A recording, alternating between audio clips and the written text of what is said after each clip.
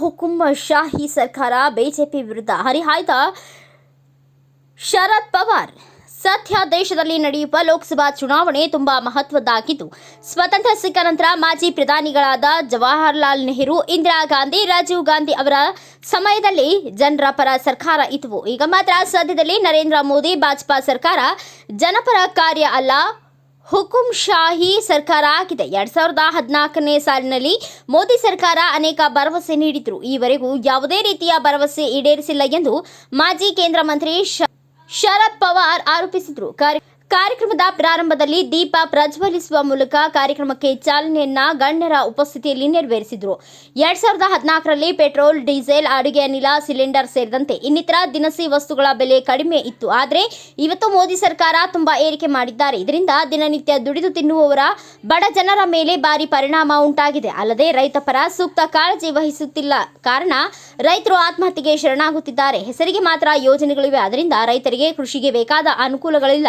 ರೈತರ ಸಾಲ ಮನ್ನಾ ಮಾಡಿಲ್ಲ. ಹೀಗಾಗಿ ಸರ್ವ ಸಾಮಾನ್ಯ ಜನರು ಜೀವನ ನಡೆಸುವುದು ತುಂಬಾ ಕಷ್ಟಕರ ಆಗಿದೆ ಎಂದು ಅಥವಾ ಆಕ್ರೋಶವನ್ನ ವ್ಯಕ್ತಪಡಿಸಿದರು. ಈ ಸಂದರ್ಭದಲ್ಲಿ ವಿವಿಧ ಗಣ್ಯರು ಮಾತನಾಡಿ ಬಿಜೆಪಿ ವಿರುದ್ಧ ವಾಗ್ದಾಳಿ ನಡೆಸಿದರು ಹಾಗೂ ಕಾಂಗ್ರೆಸ್ ಪಕ್ಷದ ವಿವಿಧ ಯೋಜನೆಗಳ ಬಗ್ಗೆ ಮಾಹಿತಿ ನೀಡಿದರು. ರಾಜ್ಯ ಸರ್ಕಾರದ ಗ್ಯಾರಂಟಿ ಯೋಜನೆಗಳ ಬಗ್ಗೆ ವಿವರಣೆ ನೀಡಿದರು ಹಾಗೂ ಕಾಂಗ್ರೆಸ್ ಪಕ್ಷ ಅಧಿಕಾರಕ್ಕೆ ಬಂದರೆ ಇನ್ನೂ ಕೆಲವು ಜನಪರ ಯೋಜನೆಗಳನ್ನು ಜಾರಿಗೆ ತರುತ್ತೇವೆ ಎಂದು ಹೇಳಿದರು.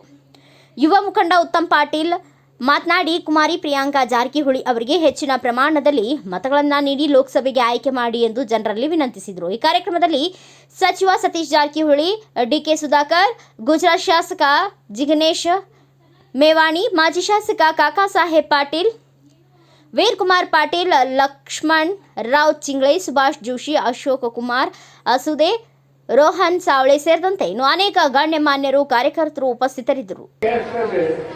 सिलेंडर 410 रुपये आणि आज कर्नाटकाच्या बाहेर गेल्याच्या नंतर तोच भाव 1107 आहे.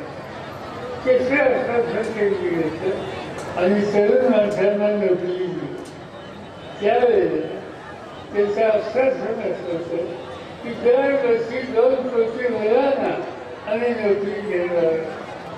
आज काही शिके जगामध्ये इंटरनॅशनल लेबर ऑर्गनायझेशन नावाची संस्था आहे आणि ती लेखनीचा अभ्यास करते.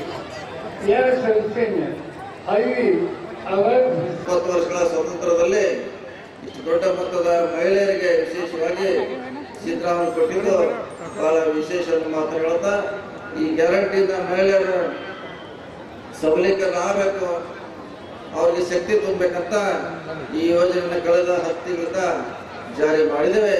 ಇದರಿಂದ ಬಹಳಷ್ಟು ಮಹಿಳೆಯರಿಗೆ ಉಪಯೋಗ ಆಗಿದೆ ಅಂತ ಇವತ್ತು ನಾವು ಭಾವಿಸ್ತಾ ಇದ್ದೇನೆ. ಜೊತೆಗೆ ಕಾಂಗ್ರೆಸ್ಸಿನ ಚಿಕ್ಕೋಡಿ ಅಭ್ಯರ್ಥಿಗೆ ತಮ್ಮೆಲ್ಲರ ಆಶೀರ್ವಾದ ಬೇಕು. ಅವ್ರನ್ನ ನಾವೆಲ್ಲ ಡೆಲ್ಲಿಗೆ ಕಳಿಸೋದನ್ನ ಮಾತನ್ನ ಇವತ್ತು ನಾವು ವಿಶೇಷವಾಗಿ ವಿನಂತಿ ಮಾಡ್ತಾ, ಉತ್ತಮ್ ಪಾಟೀಲ್ ಅವರಿಗೆ ಮೊನ್ನೆ ಚರ್ಚೆ ಮಾಡಿದಾಗ ನಾವು ಶರದ್ ಪವಾರ್ನ ಕರೆಸ್ತೀವಿ ನಿಪಾಣಿಗೆ, ನಮ್ಮ ಪಕ್ಷದ ಸಂಪೂರ್ಣ ಬೆಂಬಲ ನಿಮಗೆ ಕೊಡಿಸು ಅಂತ ಹೇಳಿದ್ರು. ಆ ರೀತಿ ಬಂದಿದ್ದಾರೆ. ಉತ್ತಮ್ ಅವ್ರಿಗೆ, ಸುಭಾಷ್ ಜೋಶಿ ಅವರಿಗೆ ಅವರು ಕೂಡ ವಿಶೇಷವಾಗಿ ಅಭಿನಂದನೆಗಳನ್ನ सलुस्ता तम्मेलरा सहकार बेकायदे ठिकाणी निर्माण केलेली आहे, विसरून चालणार नाही. मी आज कुठल्याही आमिषाला बळी न पडता आपल्या मताचा हक्क बजावताना आपण विचार करून हक्क बजवायला पाहिजे. आज कर्नाटक सरकारच्या माध्यमातून अनेक योजना ज्या निवडणुकीच्या काळामध्ये सरकारच्या वतीने घोषणा करण्यात आल्या होत्या, त्या सगळ्या घोषणा या ठिकाणी आज सरकारने पाळलेल्या आहेत आणि याचे साक्षीदार आपण सर्वजण या ठिकाणी बसलेले सगळेजण साक्षीदार.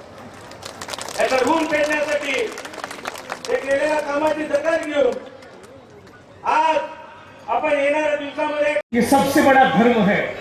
जो काम करता है, जो मेहनत करता है, जो पसीना बहाता है, उससे बड़ा आज हमारे देश में ये आरएसएस, बीजेपी और नरेंद्र मोदी की सरकार, इस बात को हमें समझना होगा.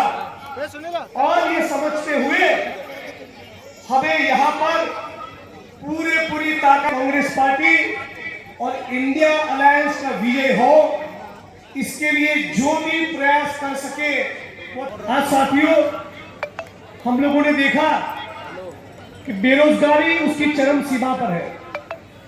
महंगा 10 साल हो गए कि 10 साल के दौरान उन्हें 20 करोड़ रोजगार जो देना था, वो 20 करोड़ लोगों को रोजगार तो पाकिस्तान। दूसरी तरफ bureau report Raju Munde, Bharat Vaibhav news Nippani. Thanks for watching. Read, discuss and debate with editor Dr. Yan Prashant Rao. Wanted reporters in print, digital and visual media for Bharat Vaibhav Daily Newspaper, BV News Channel and BV Fast Web News from all the talukas of Karnataka. If interested, send your resume to 9482633333.